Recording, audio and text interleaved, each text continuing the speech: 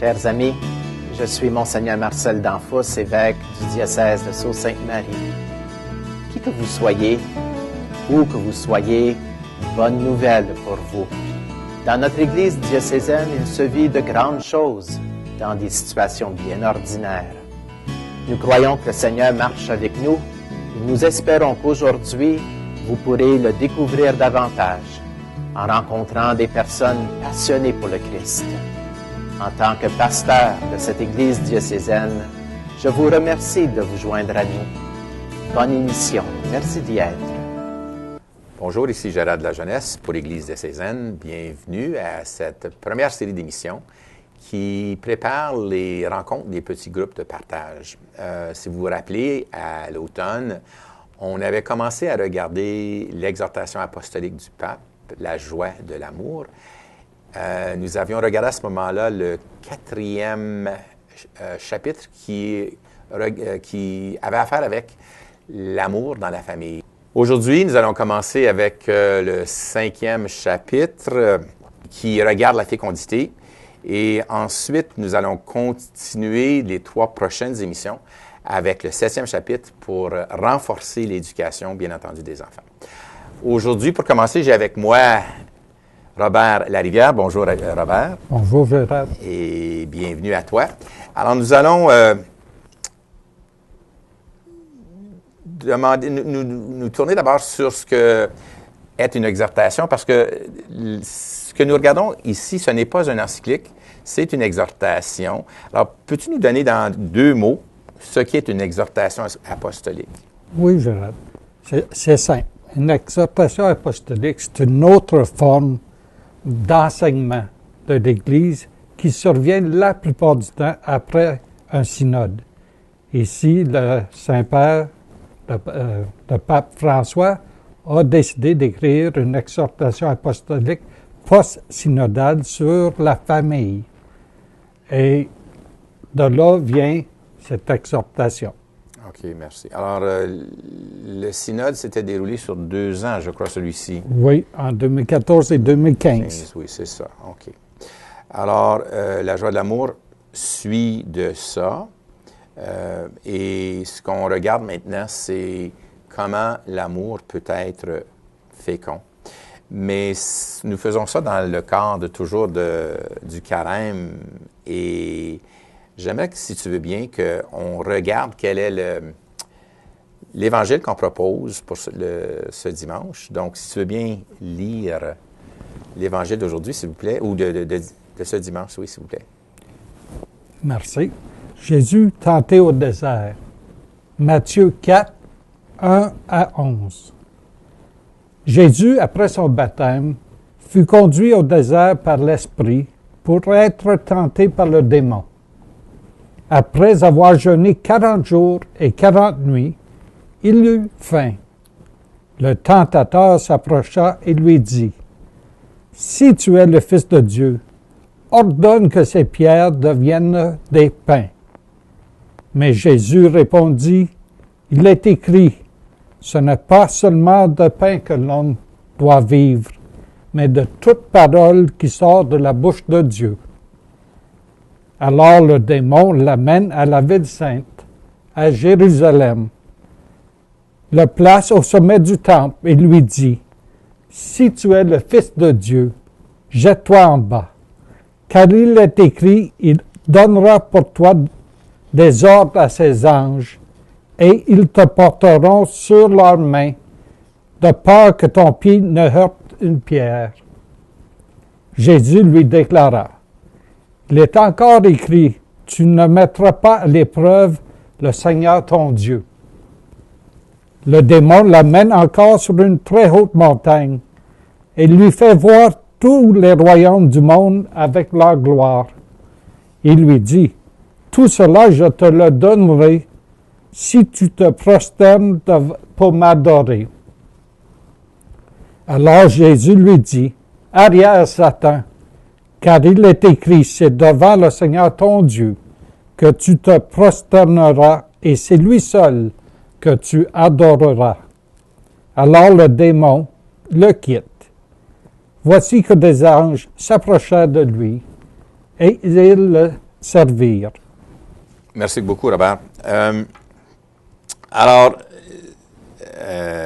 on commence le carême dans les tentations. Mais enfin, dans ce texte-là, est-ce qu'il y a quelque chose, toi, qui résonne en toi? Oui, il y a trois choses qui résonnent. C'est les paroles de Jésus quand il parle aux démons. Il lui dit, ce n'est pas seulement de pain que l'homme doit vivre, mais de toute parole qui sort de la bouche de Dieu.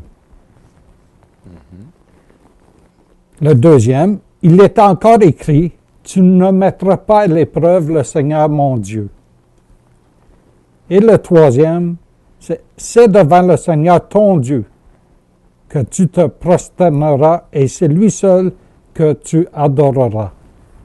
L'importance pour moi, dans ce texte de l'Évangile, c'est que Jésus se réfère toujours à son Père, à Dieu, à son Père.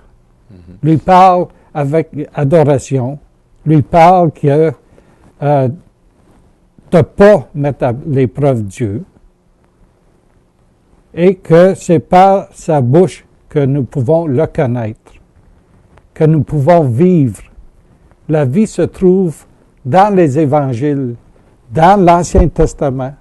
C'est là que Jésus nous interpelle à avancer dans cette perspective-là. OK, merci. Je retiens la dernière parole que tu as mentionnée, hein, c'est devant le Seigneur ton Dieu que tu te prosterneras. Dans le fond, c'est le premier commandement de Dieu. Exactement. Hein? Et, enfin, moi aussi, j'aime beaucoup les réponses de Jésus. Et dans le cadre de ce que nous faisons aujourd'hui, hein, ce n'est pas seulement de pain que l'homme doit vivre. Et dans le sens de la fécondité, hein, parce que c'est de ça qu'il va s'agir, oui. Il me semble qu'il y a tellement d'ouverture auquel on peut penser. Hein, ce n'est pas seulement dans l'enfant que l'homme et la femme sont féconds. C'est certain que c'est probablement la plus belle manifestation, mais ce n'est pas juste là. On a à être fécond de multiples manières et puis justement, nous allons l'aborder dans ce que nous allons voir aujourd'hui. Quand on regarde ça, puis on essaye de le mettre en lien avec ce qu'on va voir aujourd'hui, peux-tu voir, toi, comment ces récits où Jésus a su, je vais dire, tenir tête aux tentateurs, comment ça peut nous aider à entrer dans la matière de cette exhortation au 5e chapitre?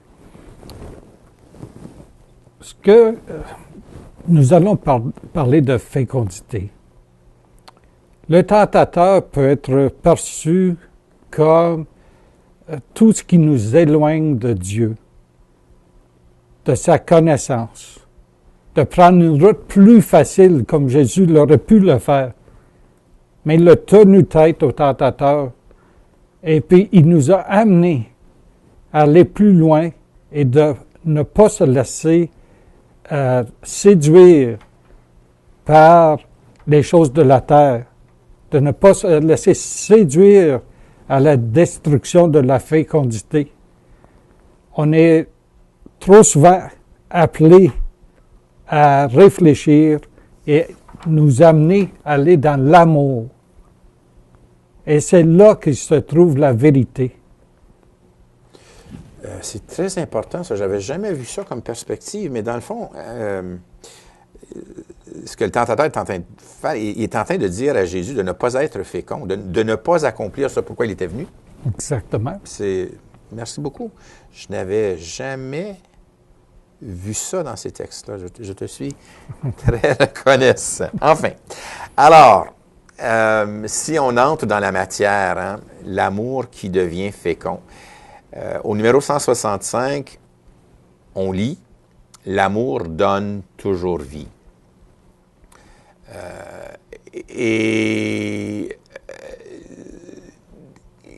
En me référant déjà au livre de la Genèse, au tout début, il est question de vie. Hein. Dans les deux récits de création,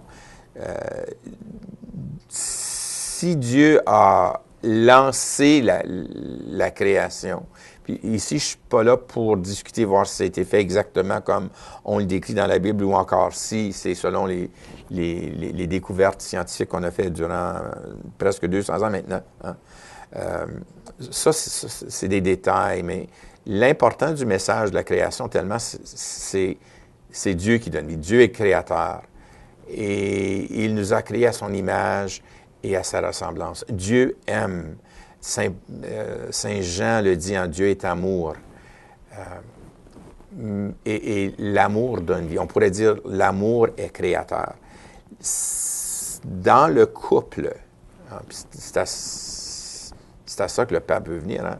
Mm-hmm. L'amour du couple donne vie. L'amour du couple est créateur. Peux-tu nous donner quelques idées là-dessus, s'il vous plaît? Oui, l'amour se vit à travers les couples qui sont féconds.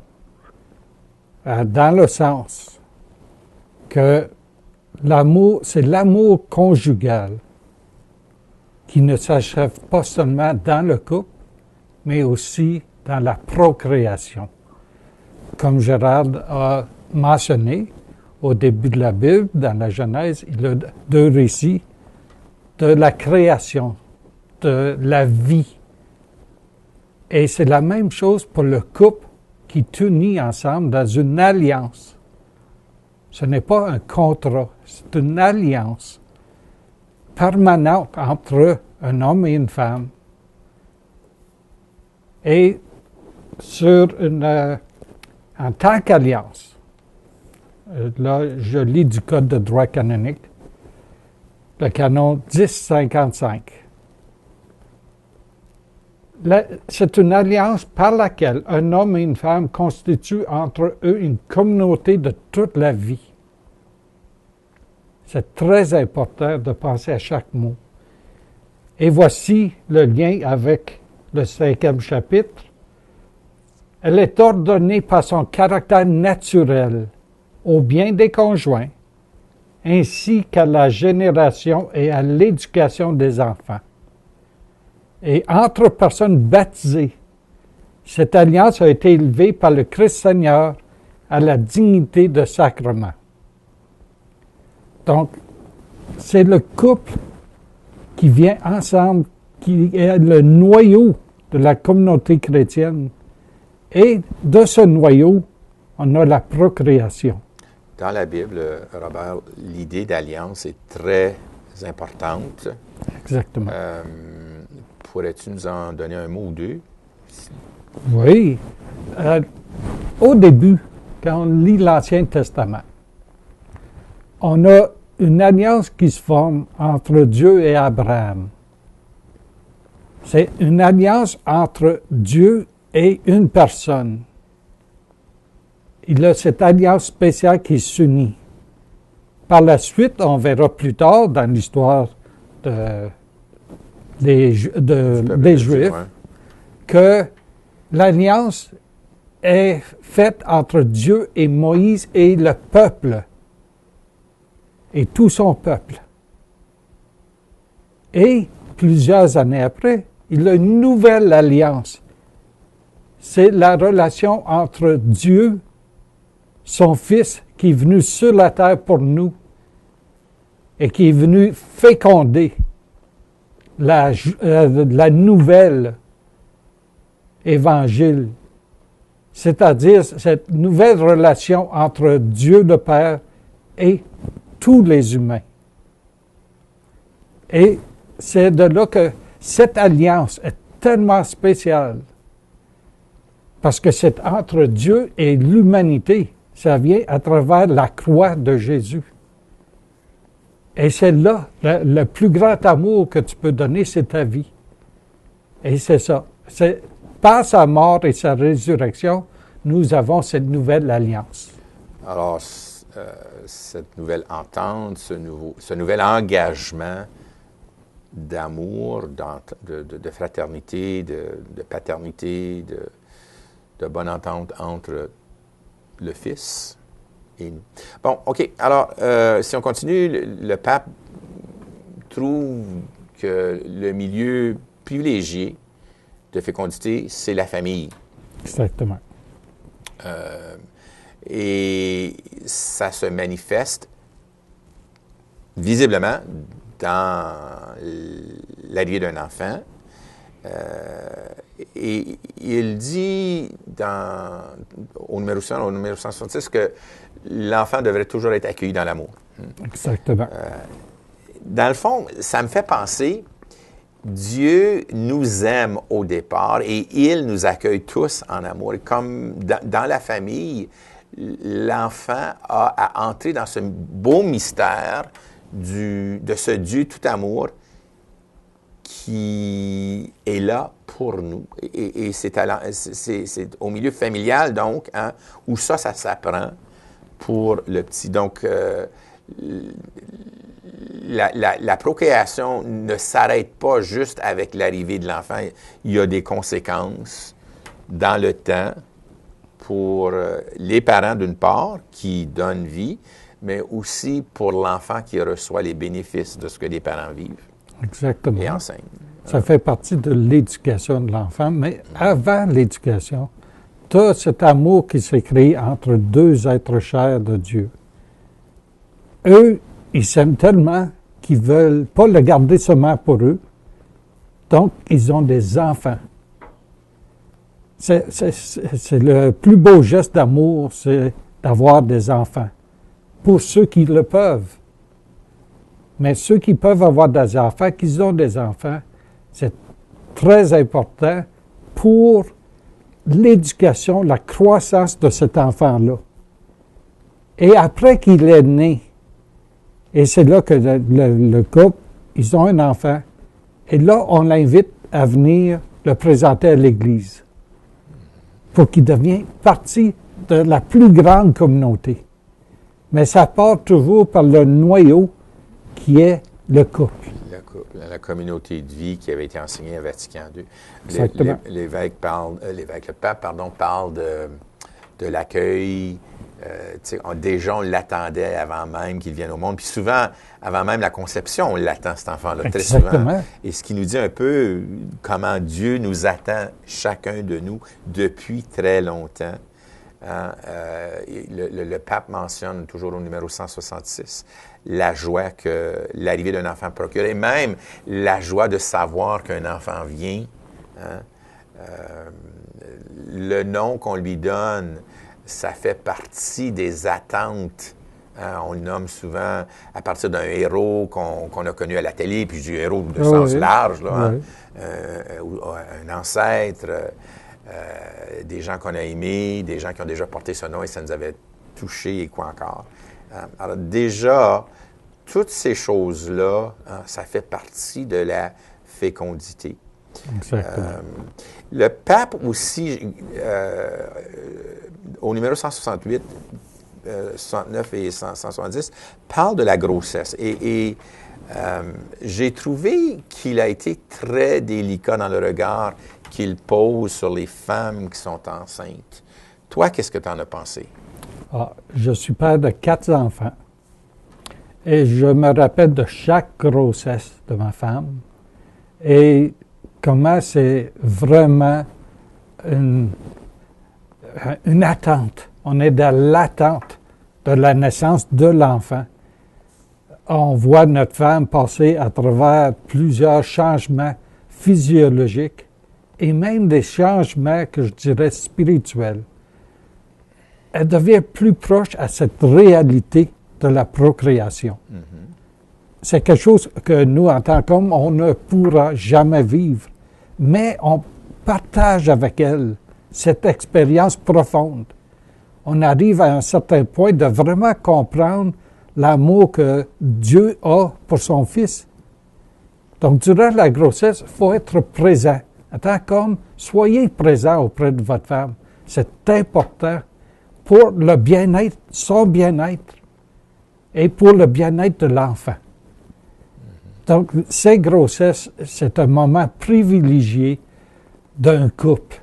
qui doit être vécu non seulement en couple, mais dans toute la famille, les oncles, les tantes, les parrains, marraines que vous allez planifier. Il y a toute une planification. Surtout pour la femme, elle veut créer son nid pour accepter cet enfant-là. C'est vraiment la fécondité est une joie d'amour et elle n'est pas à être négligée. Je t'écoutais parler, puis tu m'as fait penser à mon père. Je me souviens des dernières grossesses de maman. Et je me rappelle comment il était attentif à elle, mais je me rappelle aussi comment il était attentif aux autres femmes de la famille puis de l'entourage qui étaient enceintes. Comme tu dis, il ne pouvait pas partager vivre cette expérience-là, mais il était tellement attentif. Et je sais que le pape, dans ce qu'il écrivait ici, invitait les femmes à être très attentives à ce qu'elles vivaient, qu'il les invitait à partir de l'expérience concrète dans laquelle elles vivaient pour, je vais dire, un peu continuer, puis même amplifier l'expérience pour que ça devienne une expérience de rencontre, pas juste entre maman et bébé, mais entre maman et, je l'espère, avec le papa, et qu'il y ait encore cette ouverture plus grande vers Dieu, comme tu disais toi-même. Le pape disait, tout enfant est déjà dans le cœur de Dieu, puis du simple fait qu'une femme est enceinte, elle peut déjà, elle, comprendre ça parce qu'elle le vit physiquement dans son corps et elle peut le transmettre à d'autres. Je regarde, nous sommes deux hommes qui parlons de ça, puis on dit, ni toi ni moi avons eu d'enfants, mais enfin. Hein? Le pape aussi parle du rêve que la mère a ou elle porte pour ses enfants. Je sais que les mères, tu sais, disent celui-là, ça va être un médecin, celui-ci, il va être mécanicien. Celle-là, c'est pas ça le rêve, hein? Mais le rêve profond, j'imagine, d'un parent puis d'une mère enceinte, c'est que mon enfant sera-t-il en santé, sera-t-il bien, vivra-t-il bien? Est-ce que je saurai lui donner ce qui est nécessaire pour qu'il ou elle grandisse heureux? Et tu as fait référence à le plus grand bonheur qu'on peut donner à son enfant, ultimement, c'est le baptême qui permet de continuer. Dieu nous veut heureux. Dieu veut qu'on vive de joie. Dieu veut que nous puissions nous connaître les autres et le connaître. Et il insiste sur le fait que toute personne est unique et irremplaçable. Hein? Un enfant est un enfant, mais un enfant est aussi un don de Dieu. Et il me semble que ça devrait modifier le regard qu'on porte sur l'enfant qui est à naître et l'enfant qui nous est donné. Qu'est-ce que tu penses, toi, comme papa, surtout? Oui, absolument. L'enfant nous est donné. La famille devient le milieu propice de l'amour pour cet enfant, pour lui permettre de grandir et devenir un être qui aime à son tour, mais qui est au service, pas seulement de lui-même, mais au service des autres. C'est une grande tâche et c'est plus facile dans la foi. C'est plus facile si on participe vraiment dans nos paroisses, au niveau diocésain, ou même dans tous les autres recettes, comme les hôpitaux, pour les vieillards, pour ceux qui sont pauvres. Mais ça commence toujours par encercler notre enfant pour lui permettre de grandir, mais pas l'étouffer. Le temps file, donc on a quelques minutes encore. Le pape parle de l'amour du père et de mère et du droit à l'enfant d'être aimé d'un père et d'une mère. Tu as parlé de nid tantôt, hein, tu as parlé t'as pas dit coopérer comme tel, mais c'était l'idée, on coopère avec Dieu. Puis là, il aborde un autre sujet, hein, le sentiment d'être orphelin. Là-dessus, j'ai trouvé le pape est très conscient des situations dans lesquelles les familles modernes vivent et des dangers que ça peut apporter à l'enfant. Et comment être fécond, donc, dans des situations qui prennent et qui gobent beaucoup de notre temps. Exactement. Dans cette exhortation, une des choses les plus importantes que je trouve, c'est que le Saint-Père ne parle plus de situations irrégulières, mais plutôt des situations complexes. Mm-hmm. C'est des situations complexes, ce sentiment d'être orphelin, d'être tout seul. On le vit souvent dans des familles dites dysfonctionnelles ou dites comme le Saint-Père, qui vivent des situations difficiles, complexes.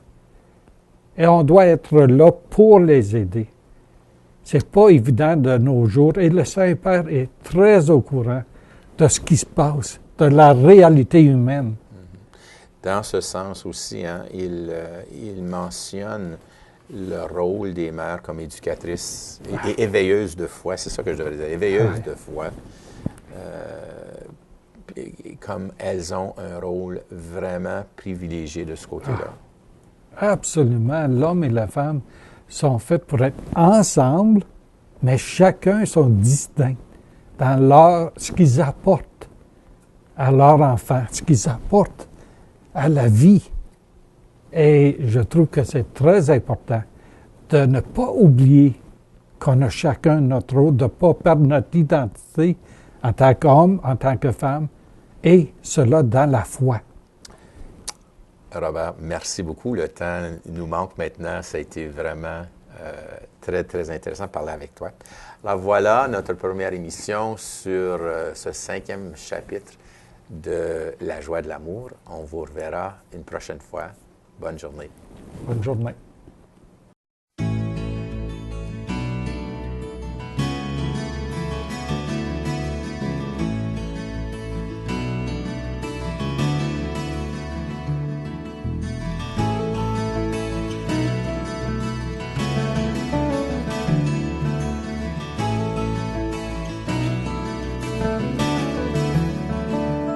Tous ensemble, il me semble, on pourrait changer le monde de jour en jour, de cœur en cœur, par des gestes d'amour. Tous ensemble, il me semble, on pourrait changer le monde en changeant tout d'abord son cœur.